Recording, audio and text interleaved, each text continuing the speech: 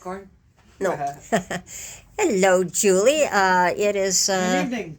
good evening. It's goodness, December the 14th, I believe, today, and it's very good to see you again. Well, same here. And I'm happy you popped in for a while because I like to explain what a wonderful action that we had with the videos about your friend Frank. We had over 1,700 views, almost going up to 1,800 views. Well, that's amazing. I'm so happy. And I'm so happy for you too that your friend has been honored in such a way by all my viewers, and the city and everybody has come together. And I like to hear some of your the reactions from the people on the street, since they now know that I'm doing videos as well on them, and I'd be interested to know what the reaction has been. Oh my God, people are so amazed by Frank's Frank's story, and it's everybody's talking about it, and it's like a number one news, and it's like a chain of of Frank, so everybody's happy about it, and Yeah. Are people? It sounds like people, you're saying, are still crying a bit, losing Frank as well. Of course, yeah. Well, Yeah. that too. It's a shock for everybody. It certainly is. So it's been just a little over a week since I did the interview Exactly. with you over Frank, and that wonderful picture of him. I'm so thankful that you were able to But bring. people are trying to heal from him now, so. But I mean, we're all gonna pull through, Christine. I know. Well, the street people I know are like one big family too. At the same time, despite all their problems, it's like any family. You always have fighting, and everybody's just having fun with the family.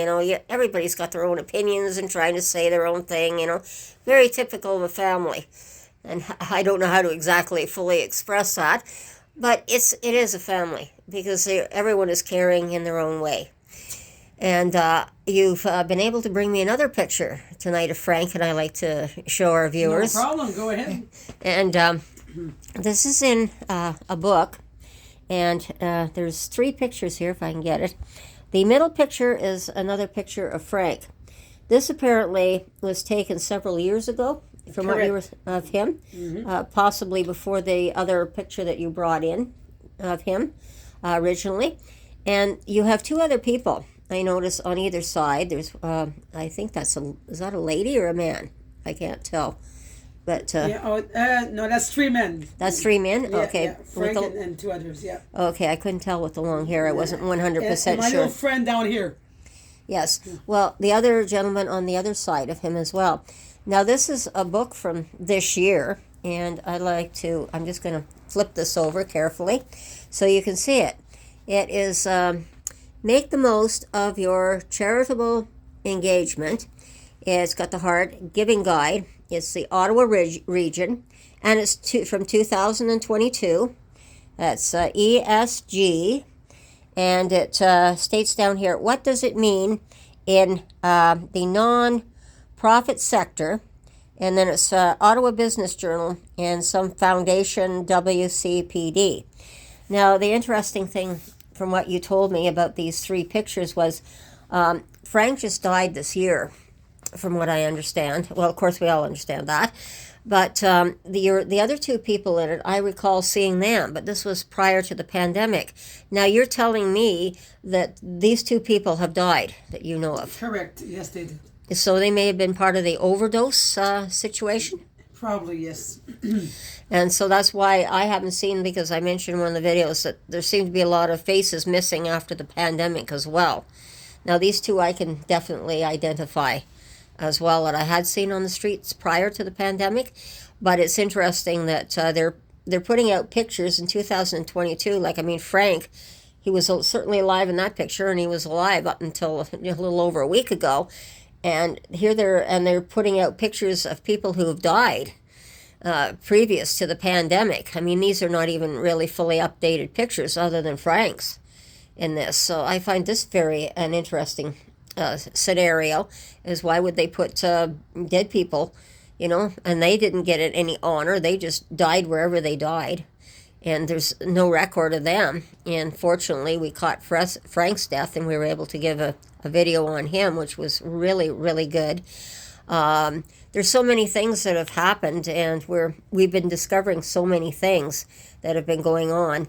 And there's a website, a YouTube channel that our viewers can go on. It's called Homeless in Ottawa. If you punch it in, you'll get a bunch of videos of Ottawa as well as across Canada on the homeless. And we were discovering a lot of things in the old videos. Now, some of these videos were taken like 9, 10, 11 years ago, maybe 6 years ago. And we were discovering things that are not the truth as of today. And for example, for the shepherds, we were wondering why people's things were not locked up. In one of the videos, we spotted that they actually had lockers at one point in the rooms. Do you recall that? Yes, I do. A long time ago, Christine. Yes. Do you know why the lockers were taken out of their rooms? I'm not really sure. No. Is there more beds in the rooms than there used to be? Yes, there is. So this would also show that there's an increase of beds needed for people who are now going homeless as well. Yes. So it's far more crowded than it ever used to be. Really crowded. Okay, and then we've had a lot on, I've been hearing a lot on the streets talking to some of the women in that from the Cornerstone, which is a women's shelter as well. Now, if they catch up on the video from the homeless, the website that I just gave people just now for the homeless in Ottawa, they'll come across this video. It's Cornerstone Women's Housing, The Truth, a short by Miss X. Now, the interesting thing is, like, you and I were in there in 2010, and this video is just showing what people are telling me about horror stories, not only in Cornerstone, but in the Shepherds at the same time. This is, people can lie, but pictures and videos don't lie. They tell the truth. So what is interesting is all that garbage and the mice and scurrying through the building, cotton traps, the mouse droppings and everything else. That was not like that in 2010 when you and I were there. No, it wasn't. No. We had curtains on the window. This is showing where they're trying to paste up garbage bags instead of curtains in the windows. There's another example. Blocked toilets, like the garbage is just piled up.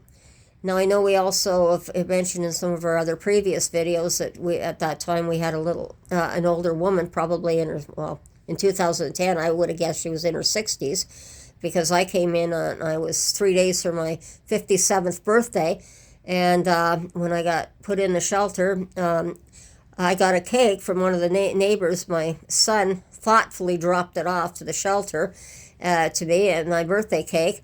And I remember, I don't know if you were there that day, but I did share a birthday cake with everyone. Yes, I was. I do remember. Yeah, I shared my birthday cake with all the women at the shelter, and they were so happy to get a good birthday cake. Yes, I do remember. I do recall it. So that was a little bit of one of our happier memories. Not a happy memory for me, getting thrown out my home 3 days before my 57th birthday. But getting back to the cleaning lady, she was a really nice older woman. Very polite. She tried to do her very best. The shelter was much more cleaner, and she was keeping it clean. Very clean back then. Yes, and I remember one time she had all this garbage and she couldn't take it downstairs all at once. So I said, no problem. I grabbed a couple of bags and I helped her down the stairs. And then I got to know her a little bit better later. I talked to her a few years after. This would have been maybe 2 or 3 years before the pandemic, and she said she had retired. Now, what's coming up and what I'm hearing from the girls from this past January 2022, she tried to come back and then was so discouraged and in tears, and she was getting bullied and that by the girls, that she finally left. So what happened with the cleaning staff to leave the shelter?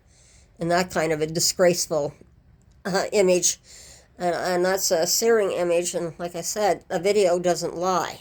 Never. No. And pictures either. So I've been trying to connect with other people to show we're not just after just the shepherds alone here. Something has fallen apart so terribly since 2010 in our system that it's coming out all over the place, and people are terribly suffering. And negligence too, abusing everything. Yeah. Something has really fallen out here at the bottom. And then you hear these books, and this is something for funding again, and everybody's so worried that they won't get their funding. Well, if if they're getting funding from people to fund it, and this again is being popped up in 2022, there was funding supposedly to renovate the old Cornerstone shelter. Now, in 2010, if you recall, when we were in there, they were getting fundraising at the time because they were putting the Booth Street building up at that time. They were in the process of building it to send some of the women over there. And then my understanding was that I was hearing that the old Cornerstone shelter, because of its age and that, it wasn't meeting some kind of, I don't know if it was the city bylaws or regulations or something. There was something wrong, I think, with the building possibly, and that they were going to have to find another place to move all of us, and then they were going to tear the shelter down, which is interesting because up to 2021, suddenly I'm hearing from people who are living in the shelter, well, they were supposed to renovate it. Now, we've been looking at that video of Cornerstone. I can see that it looks like they painted the building. Yeah, no renovation. I didn't see any renovation. No, me either. And I know we had some carpeting on the stairs that wasn't there. Wasn't there either, but it's getting so disgusting now. And certainly, I mean, look at the back stairs there, where you come down out to the back door. I mean, on those curved stairs, they were constantly clean. We didn't have junk that we had to walk through down those stairs. Never back then, never. And I know some of us girls, we get together and we do a little bit of cleanup too to help the older woman as well in the shelter. We had no problem doing that. We were just thankful she was there to help us. But it was a bit more of a family in the shelter. I mean, yes, we had... Yes. Yeah. We were more connected back then. Very much more connected back then. But today, everybody's disconnecting slowly. Because, I mean, we had the coffee machine there in the morning. Yes, we did. The fridge. And the fridge. And I know that we took turns. I didn't know how to make coffee. That wasn't my thing. I never drank coffee. But I know some of the women in the mornings, they got up and took turns who made the coffee in the mornings. I do remember that too. I do recall that, yes. And it just seems like if the shelter's in such disarray that I'm seeing, like, who's taking the responsibility here? And where's the money going? If all this money is coming in, it has me kind of concerned.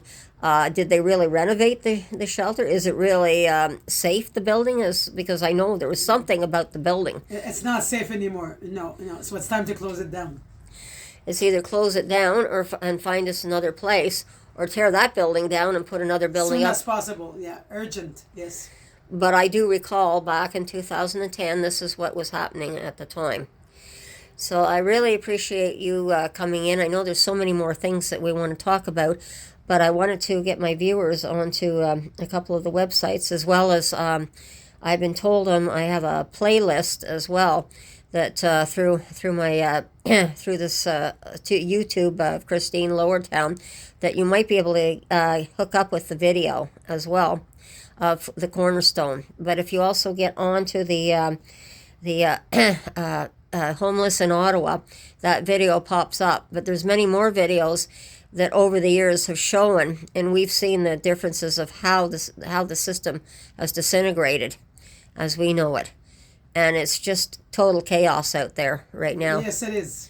Very terrible. Very terrible. And I think there's one other thing I'd like to say too, is that, when Frank died, he was alone out there. How many more people are going to die this winter? Even trying to scramble to get, at this late stage, to even get a housing or a building to put everyone in. And it makes me think Frank's death there too, that what happened during the pandemic with so many seniors in the old age homes dying and in the hospitals dying. Frank didn't have someone there to hold his hand and comfort him at the end. And so many of us during the pandemic, we couldn't even comfort our loved ones. We couldn't enter the hospitals and that. So it would be one of our poor burnt out health workers that would be sitting there at the end with our loved ones. So I think people really need to think about where we're going in the future and ahead in the future with this project and how we can make things better. So I just wanted to put a brief in tonight, and we'll talk again. And thank you very much for coming in. And thank you, Christine. And good night to you. Good night to you too. Take care.